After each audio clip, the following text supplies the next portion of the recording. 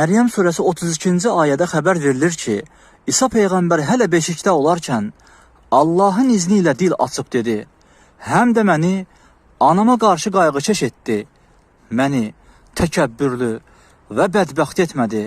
Sələflərdən biri demişdir, valideynlərinə itayətsizlik edən hər bir insanın təkəbbürlü və bədbəxt olduğunu görərsən.